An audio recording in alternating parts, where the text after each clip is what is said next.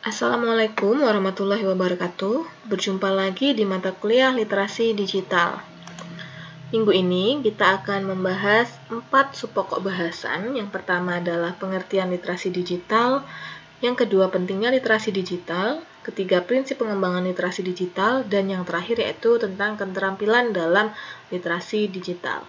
Tapi sebelum kita membahas semua pokok bahasan ini, kita akan mulai dari sini dulu.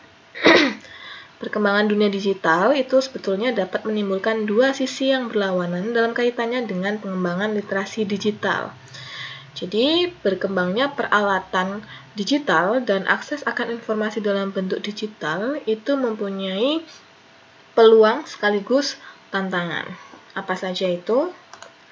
Untuk peluang perkembangan dunia digital, ini ada 3 di antaranya, yaitu yang pertama meningkatnya peluang bisnis e-commerce, di mana pemanfaatan e-commerce dapat memberikan kesempatan kepada perusahaan untuk meningkatkan pemasaran barang dan jasa secara global, mengurangi waktu dan biaya promosi dari barang dan jasa yang dipasarkan karena tersedianya informasi secara menyeluruh di internet sepanjang waktu. Peluang yang kedua, yaitu lahirnya lapangan kerja baru berbasis media digital. Jenis lapangan pekerjaan yang memanfaatkan dunia digital saat ini semakin bertambah ya, seperti yang kita tahu yaitu seperti ojek online, Gojek, kemudian menjadi analis media sosial dan pemasaran media sosial, dan sebetulnya masih banyak lagi yang berkaitan pekerjaan yang berkaitan dengan dunia digital ya saat ini. Peluang yang ketiga yaitu pengembangan kemampuan literasi tanpa menegasikan teks berbasis cetak. Jadi digitalisasi itu bisa dijadikan media perantara untuk menuju praktek literasi yang dapat menghasilkan teks berbasis cetak. Contohnya, kegiatan menulis di blog pribadi itu sebetulnya bisa diarahkan untuk mengumpulkan tulisan sehingga kemudian bisa dicetak menjadi buku yang berisi kumpulan tulisan dengan tema tertentu yang diambil dari blog pribadi. Jadi perkembangan dunia digital ini juga mampu akhirnya melahirkan penulis-penulis baru yang sebelumnya hanya menulis di blog pribadinya, kemudian akhirnya bisa dibukukan atau dicetak ya, istilahnya seperti itu.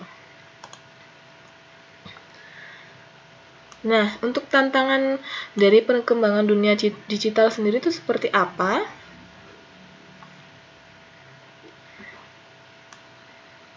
Yang pertama, yaitu jumlah generasi muda yang mengakses internet sangat besar, yaitu kurang lebih ada 70 juta orang. Jadi mereka itu menghabiskan waktu mereka untuk berinternet, baik melalui telepon genggam, komputer personal, atau laptop, di mana mereka tuh menghabiskan waktunya itu 5 jam per hari. Nah, tingginya penetrasi internet bagi generasi muda tentu meresahkan banyak pihak, dan faktanya menunjukkan bahwa data akses anak Indonesia terhadap konten berbau pornografi per hari rata-rata mencapai 25.000 orang, sangat banyak ya. Dan tantangan yang ketiga yaitu menyebarnya berita atau informasi hoax, ujaran kebencian, dan intoleransi di media sosial. Jadi semakin bertambahnya perkembangan dunia digital khususnya untuk informasi, saat ini sangat susah untuk menyaring atau untuk mengevaluasi sebetulnya informasi-informasi mana yang betul-betul akurat dan mana yang sebetulnya hoax. Itu menjadi susah karena sudah sangat terlalu banyak informasi yang bertebaran di media sosial seperti itu.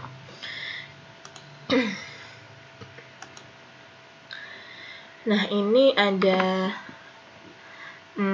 hasil dari penelitian dari Mitchell Kapoor.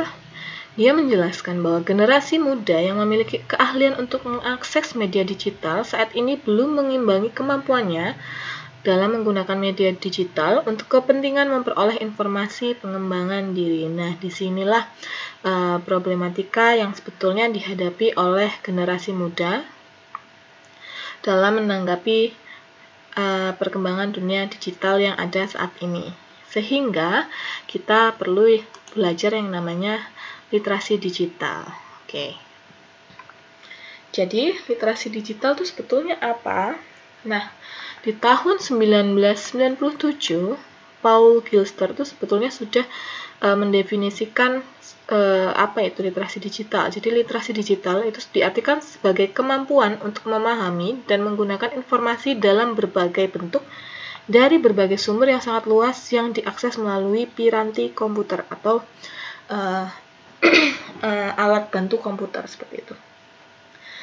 Kemudian di tahun 2001, Bowden, dia mendefinisikan literasi digital lebih banyak dikaitkan dengan keterampilan teknis mengakses, merangkai, memahami, dan menyebarluaskan informasi.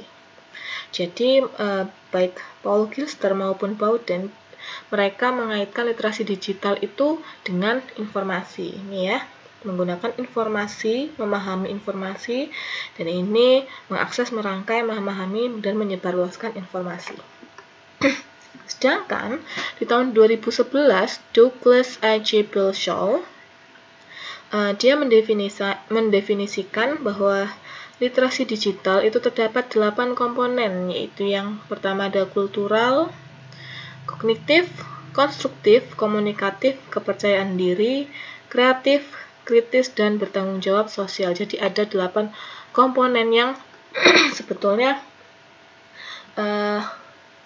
ada ketika kita memiliki literasi digital yang baik, memiliki kemampuan literasi digital yang baik, seperti itu. Sehingga dari beberapa pendapat yang tadi dapat disimpulkan bahwa literasi digital sebetulnya adalah pengetahuan dan kecakapan untuk menggunakan media digital, alat-alat komunikasi atau jaringan dalam menemukan, mengevaluasi, menggunakan, membuat informasi, dan memanfaatkannya secara sehat, bijak, cerdas, cermat, tepat, dan patuh hukum dalam rangka membina komunikasi dan interaksi dalam kehidupan sehari-hari. Oke? Jadi dari pengertian ini yang paling ditekankan adalah tentang pengetahuan dan kecakapan untuk menggunakan media digital yang baik dan secara sehat, seperti itu. Nah, setelah kita mengetahui definisi dari literasi digital, terus kenapa sih kita harus mempelajari tentang literasi digital? Kenapa literasi digital itu penting? Karena ada 5 alasan mengapa literasi digital itu penting ya. Di antaranya yang pertama yaitu literasi digital merupakan hal penting yang dibutuhkan untuk dapat berpartisipasi di dunia modern. Di mana di dunia modern saat ini kita tahu bahwa hampir semua aspek itu sekarang serba digital, sehingga keahlian atau kemampuan literasi digital itu merupakan hal yang sangat penting. Alasan yang kedua yaitu teknologi digital memungkinkan orang untuk berinteraksi dan berkomunikasi dengan keluarga dan teman dalam kehidupan sehari-hari. Jadi, kalau kita sadar bahwa penggunaan media sosial sendiri sebetulnya sudah sangat tidak bisa dipisahkan dari kehidupan kita sehari-hari. Bahkan untuk menghubungi atau berkomunikasi dengan keluarga serumah pun nggak jarang juga kita menggunakan media sosial, di mana media sosial itu juga sebagai salah satu alat yang termasuk ke dalam literasi digital. Itu ya. Alasan yang ketiga, menjadi literat digital berarti dapat memproses berbagai informasi, dapat memahami pesan, dan berkomunikasi efektif dengan orang lain dalam berbagai bentuk. Ini ada kaitannya dengan yang nomor 2. Kemudian, alasan yang keempat, yaitu jika generasi muda kurang menguasai kompetensi digital, hal ini sangat beresiko bagi mereka untuk tersisih dalam persaingan memperoleh pekerjaan, partisipasi demokrasi, dan interaksi sosial. Jadi kalau teman-teman kurang atau tidak menguasai kompetensi digital seperti mengoperasikan teknologi, kemudian tidak bisa menerapkannya dalam kehidupan sehari-hari atau dalam dunia pekerjaan, teman-teman akan tersisih dengan yang lain seperti itu. Dan alasan yang terakhir, mengapa literasi digital penting? Karena literasi digital akan menciptakan tatanan masyarakat dengan pola pikir dan pandangan yang kritis kreatif. Oke, seperti itu ya.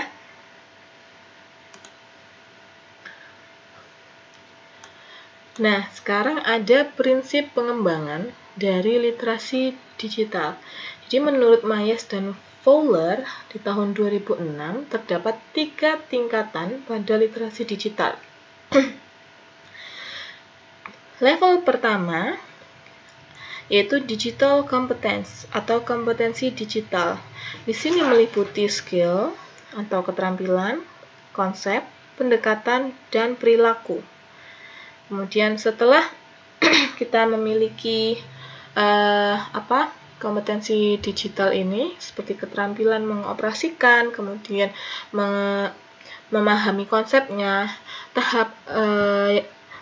tingkatan yang kedua yaitu penggunaan digital yang merujuk pada pengaplikasian kompetensi digital yang berhubungan dengan konteks tertentu. Jadi dapat memanfaatkan media digital sesuai dengan kompetensi dan bidang ilmu yang sedang kita tekuni, seperti itu. Dan level yang ketiga yaitu transformasi digital, di mana ini membutuhkan kreativitas dan inovasi pada dunia digital. Jadi pada tingkat ketiga ini adalah tingkat tertinggi dari pengembangan literasi digital, seperti itu.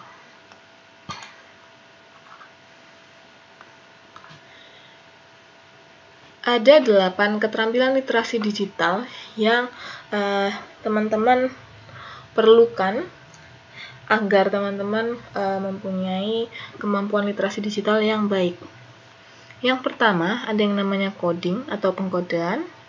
Yang kedua, collaboration atau kolaborasi ya ini. Kemudian mengerti tentang cloud software atau perangkat lunak awan. Ini berhubungan dengan penyimpanan, biasanya cloud storage.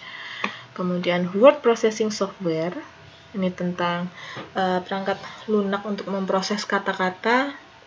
Screencasting, personal digital archiving, kemudian information evaluation, dan yang terakhir use of social media, penggunaan dari media sosial.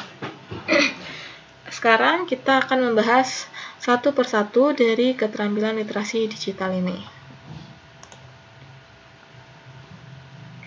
Yang pertama adalah coding atau pengkodean. Jadi pengkodean ini adalah bahasa universal yang memang digunakan untuk membuat aplikasi. Jadi pemahaman dasar tentang HTML, CSS, dan sejenisnya akan menciptakan pemahaman tentang apa yang bisa dilakukan dengan halaman web. Sebetulnya tidak hanya halaman web, tapi juga dengan aplikasi yang ditanam di dalam komputer, istilahnya seperti itu ya. Dan bahasa pemrograman itu tidak hanya sebatas HTML dan CSS, tapi ada banyak sekali bahasa pemrograman. Ada Java, ada Python, kemudian ada C++, ada C#, dan lain sebagainya. Oke.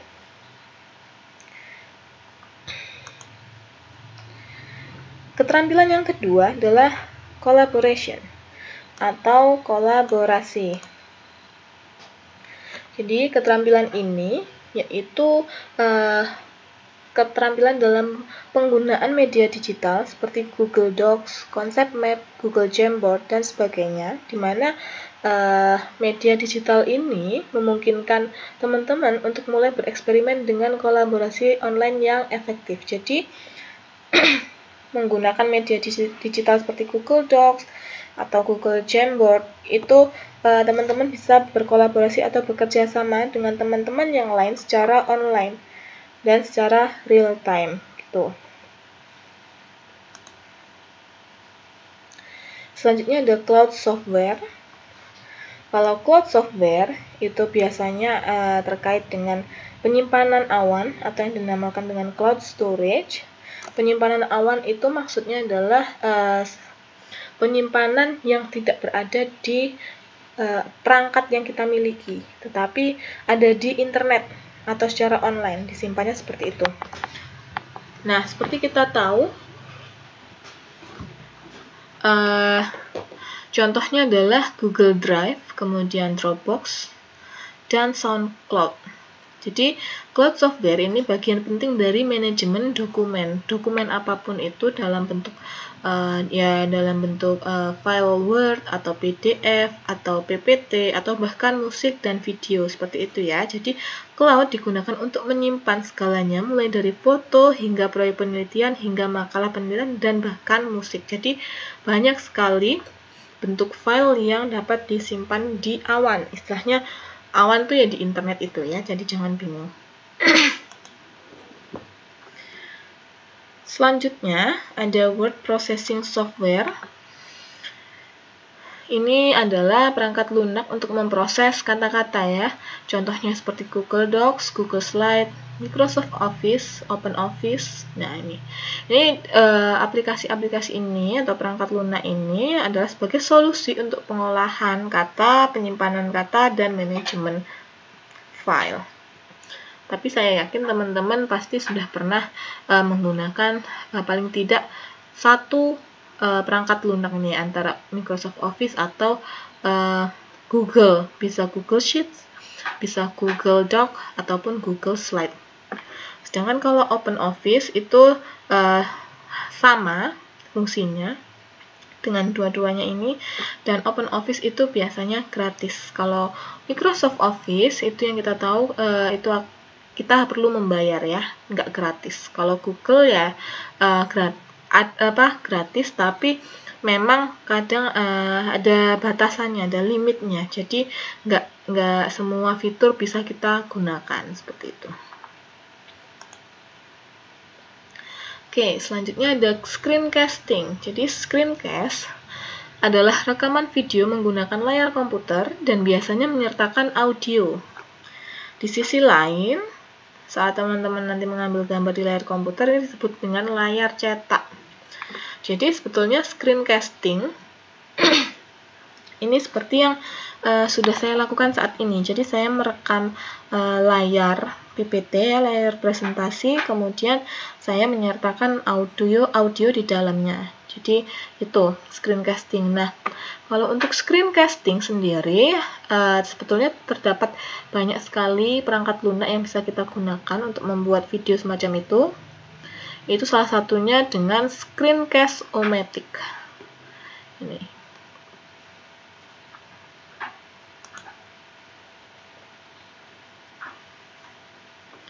Kemudian selanjutnya yaitu ada Personal Digital Archiving. Jadi ini pengarsipan dokumen dengan tujuan untuk menjaga arsip digital yang sifatnya pribadi. Oke, di arsip digital pribadi mengacu pada konten digital apapun yang dibuat oleh individu dalam kehidupan sehari-hari mereka. Jadi baik saya maupun teman-teman sebetulnya mempunyai arsip digital yang bersifat pribadi. Nah, biasanya itu termasuk bisa email, kemudian bisa dokumen bentuknya Word atau kalender, ya pengingat-pengingat pribadi seperti itu, kemudian musik, situs web, atau interaksi media sosial. Nah, itu Personal Digital Archiving. Keterampilan untuk pengarsipan dokumen-dokumen pribadi yang sifatnya pribadi ya.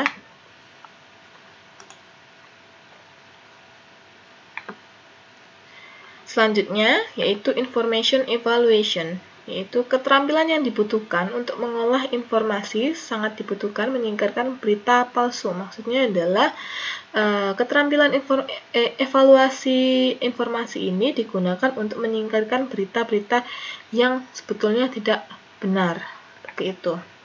Jadi ini keterampilan yang gak kalah pentingnya kalau di dalam literasi digital, yaitu gimana caranya kita bisa memisahkan atau menyaring informasi-informasi yang hoax dan mana yang tidak hoax, seperti itu, atau informasi dengan ujaran kebencian atau tidak, seperti itu ya.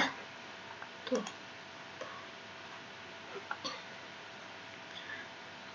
Dan yang terakhir yaitu adalah keterampilan use of social media atau keterampilan penggunaan media sosial. Jadi media sosial sebetulnya tidak hanya bisa digunakan sebagai salah satu cara diri kita mendapatkan hiburan ya, tapi sebenarnya kita harus bisa menyadari bahwa media sosial yang kita gunakan ini dapat berguna untuk pengembangan diri kita secara positif, seperti itu.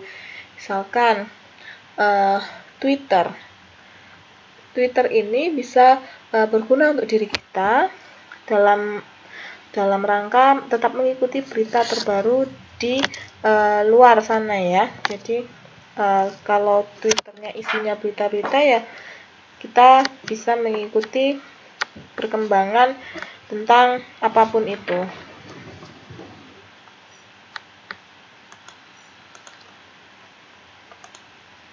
Dan yang terakhir, ketika kita sudah memiliki keterampilan literasi digital dengan baik, jika kita bisa memahami apa yang dimaksud dengan literasi digital, jadi ada 8 hal yang bisa kita dapatkan. Oke, yang pertama adalah critical thinking and evaluation, yaitu berpikir kritis dan mampu mengevaluasi informasi yang kita dapatkan. Jadi, ketika kita paham tentang literasi digital, kita bisa mampu mengevaluasi informasi yang kita dapatkan di media digital. Yang kedua yaitu safety atau keamanan ya, ini keamanan tentang media digital. Jadi kesadaran akan keamanan dan adanya bahaya dalam dunia digital. Yang ketiga yaitu cultural and social understanding, di mana kita memahami budaya dan sosial dan mampu menyesuaikan konten yang kita unggah di media digital atau media sosial, teman-teman, dengan budaya dan sosial yang berlaku di lingkungan sekitar kita. Nah, contohnya, kita bisa menyaring konten yang akan kita unggah di media sosial dari hal-hal yang menyimpang atau yang tidak sesuai dengan istilahnya norma-norma yang ada di lingkungan sekitar kita. Yang keempat yaitu collaboration, yaitu memanfaatkan media digital dengan berpartisipasi di dalam jaringan digital. Yang kelima yaitu curate information, kita bisa memilah informasi, ini ada kaitannya dengan tadi critical thinking and evaluation. Selanjutnya yang keenam adalah proficient communicator, yaitu kita bisa menjadi komunikator yang kredibel sehingga tidak mudah terjebak dengan informasi yang salah atau palsu. Yang ketujuh yaitu creativity, yaitu menjadi pribadi yang kreatif. Jika kita memiliki keterampilan literasi digital, kita akan menjadi pribadi yang kreatif dalam memanfaatkan media digital yang ada. Jadi kita bisa mengembangkan diri kita di sana. Dan yang terakhir yaitu practical and functional skills, di mana kita memiliki kemampuan dalam pemanfaatan media digital dengan baik, dengan sehat, dan dengan bertanggung jawab, seperti itu. Oke, materi kali ini sampai situ.